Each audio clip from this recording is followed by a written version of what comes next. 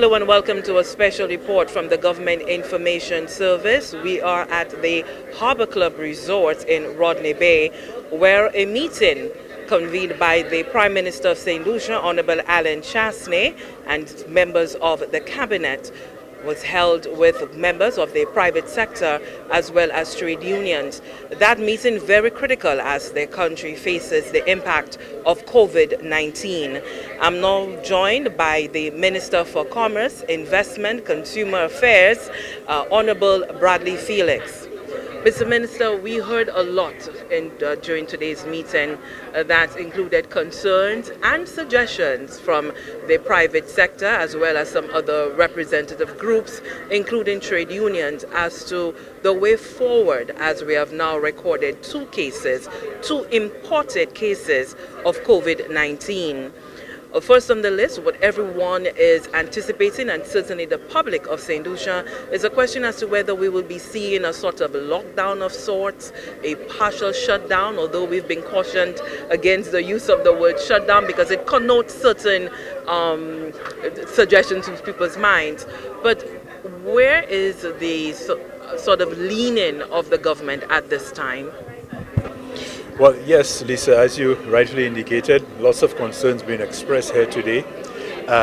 You would have heard that we have began the whole precautionary measures by an early school closure. So school will be out tomorrow for 2 weeks, until the Easter weekend, and then after that a decision will be made as to the way forward. Lots of questions as of regards to whether we should consider various restrictions at our borders. Also, you'll have heard that we did extend the travel bans to some other European countries, and there currently is discussion as to how we deal with Martinique. Martinique is peculiar because while Martinique comes under the France rule, Martinique is also part of us within the OECS. So there are certain legalities that we have to ensure that we have properly covered. But the concerns are real. The government will is taking it extremely serious. In fact, tomorrow we have the NEMAC meeting, which would expand further into additional action to be taken by government. And obviously the Prime Minister has indicated he's going to have a national address tomorrow evening. So lots will be happening tomorrow. Cabinet will be meeting, and I can assure you specifically on the agenda would be taking some of the hard decisions as it relates to the way forward. So I don't want to preempt and say making any decisions, but you would have heard plenty of concerns here today as it relates to business continuity, how employees who are going to be affected will be compensated, how banks are going to address this thing going forward, the trade unions. All sectors were involved. So I think tomorrow evening with the Prime Minister's address, we will have a more comprehensive response as to how the country deals with it at this juncture. And finally, Mr. Minister, the idea of supply chain, that's very, very important, because while people are calling for the closure of the ports, it's twofold. Because not only do we have the sort of travel for tourists, the visitors, people returning home, but we also have the ports where we have our goods coming in. So that makes it very difficult. While we have announced that cruise ships will not be allowed to both come Monday morning, but certainly for keeping that supply chain open, it is important that this function continues. Yes. Yeah, as you rightly said, the whole issue of the cruise lines is one matter. Shutting down commerce with our whole distributed trade is another matter completely. And this would be, a matter of last resort. I don't think it is something that, we have begun to consider as it relates to the shutting down of trade, because you can well imagine the consequence. So the whole issue of cargo handling, cargo movement, in terms of maybe how we board ships, for example, is some of the issues that we have to look at in terms of protecting the workers. But to at this point to indicate that government is looking at shutting down the whole trading component is not something that we we are currently discussing. I agreed, and you have heard the whole issue of the cruise sector, the various pleasure boats, and this is something we can make a decision on. But the whole issue of the trade component is not one that I think that we should take very lightly. And certainly the Chamber of Commerce, through its representative, the Executive Director, Brian Louisi, said so, that it is important for the business community to be able to have that supply chain, because with the sort of panic buying that we've seen right now, shelves are running out, the warehouses are running out, so we need to be able to replenish that stock so as not to leave the St. Lucian population high and dry, as we say in our local parlor. But there will be the criticism, Minister, that perhaps the government is placing the almighty dollar over lives, because we've seen that posted all over social media. Can you just perhaps break down, if you can, the importance of not cutting off that supply chain, and break it down so that the ordinary man can understand it?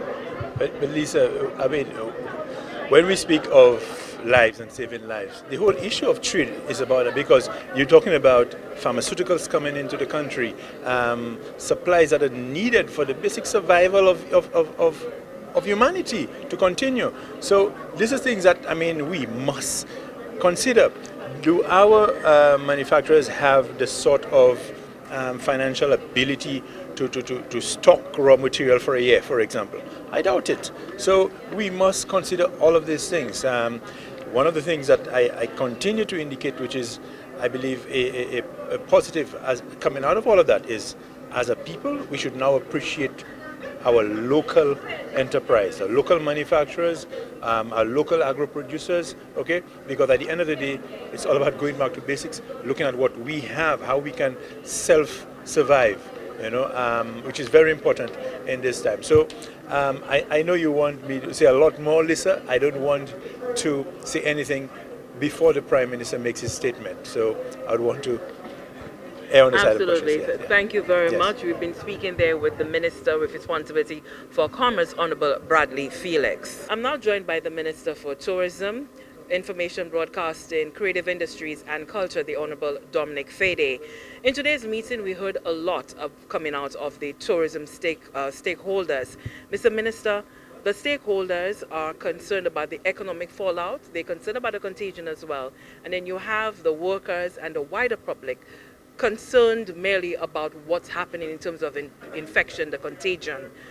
For you as the minister, I'm sure there's a balancing act that needs to be done. How are you taking the concerns that you heard today, and how would that factor into the sort of final decision you and the rest of the government would have to make? Well, Lisa, I can tell you that I'm very pleased with the response by the tourism community so far. I think that while they are concerned about their businesses and while they're concerned about their numbers, that they're also very much concerned about the health of the St. Lucian people. We all are. And I think that what we're allowing is for the health department to take the lead and for the health of our country to take first precedence before we talk about arrivals and numbers and figures. So I want to leave your viewers with every assurance that the health of the St. Lucian people is of primary importance to the tourism sector. In fact, there's a strong correlation between the health of our country and the economy and the capacity of the industry being able to return to its glory days. It's going to be very difficult to recover. This is one of the most difficult periods and complex global challenges that not just tourism, but I think as a country that we're all facing. And speaking to the complexity of the situation, some people believe that we really ought to just ban all flights, suspend all flights, but it's not as easily done as being said, is it? Well, you have to take a number of things into consideration. First of all, you have to take the health of your country into consideration to make sure that your people are safeguarded and protected at every step of the way. We have been turning away cruise ships, so we have turned away about 4 to 5 cruise ships this season in the interest of the people.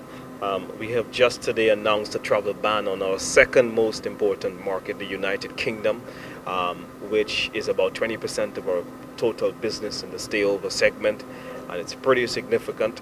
And as well, we are looking at the final leg, which would be the number one market, the United States. But in all of this, we also have to think of the jobs of our country. We have to think of people's loan payments. We have to think of the economic fallout. So it's a catch-22 situation, and it's a very, very difficult act to balance. I know that, as you mentioned there, the loans, mortgages, and so forth that workers and businesses need to meet. There's a lot of talk about what it is, some of the buffering that can happen. Can you give us some insight into what some of those considerations may be in terms to buffer some of what's happening with the businesses? Well, the Minister of Finance and Prime Minister has been very proactive in ensuring that we come up with likely scenarios. So the first thing we did, we formed an economic committee, and we said, let's look at what the fallout in the economy is going to be because of the negative returns that we're expecting from tourism. So we crunched some scenarios, and we looked at the economic indicators of the country, including the debt to GDP ratio and the drying up of revenues and the balances overall and primary balances of our country. And, you know, it did make for very, very bleak reading. And then as well, we looked at some scenarios in terms of what we can do to help businesses, in terms of helping them to stay and to keep their doors open for as long as possible, and to avoid them laying off employees for as long as possible. We are very close to unveiling a very specific stimulus package to the business community. We've been dialoguing with the chamber, we've had dialogue with the hotel community as well, to look at some of those specific things that we can do. A lot of it would be centered around tax concessions. We will also have to look at unemployment benefits to, you know, people who could be laid off from their work. So there are a number of likelihoods, and there are a number of issues that we need to deal with in a very specific way. What I can promise you is that this will be happen very swiftly and expeditiously. And of course, we'll be hearing a lot more on that from the NEMAC meeting that's scheduled to take place Monday morning, and as well as the Prime Minister's address to the nation, which is scheduled for Monday evening. So I want to thank you very much, Minister Dominic Fede there, the Minister for Tourism, Information Broadcasting, Culture and Creative Industries. And just to reiterate for you some of the information that we alluded to earlier regarding the travel restrictions. Earlier today, you would have heard that the Ministry of Health and the government acting on that advised by the Ministry of Health. The travel restrictions, initially we had mainland China, Hong Kong, the Republic of Korea, Japan, Italy and Singapore. We have now included Spain, mainland France, Germany and Iran, and the UK effective March 17, 2020. And with regards to Martinique, the authorities here are working with the authorities in Martinique in defining the terms of commute between the borders. Now, persons who travel from the US, the United States, our largest source market for tourism, those who are traveling within the last 14 days who develop respiratory signs and symptoms will be isolated and tested. Now, any national returning from the identified countries will be quarantined for 14 days. And effective Monday, cruise ships will not be allowed to berth at the ports here in Castries, St. Lucia. That brings us to the end of our special reporting from Harbour Club in Rodney Bay. I am Lisa Joseph on behalf of the entire team of the Government Information Service.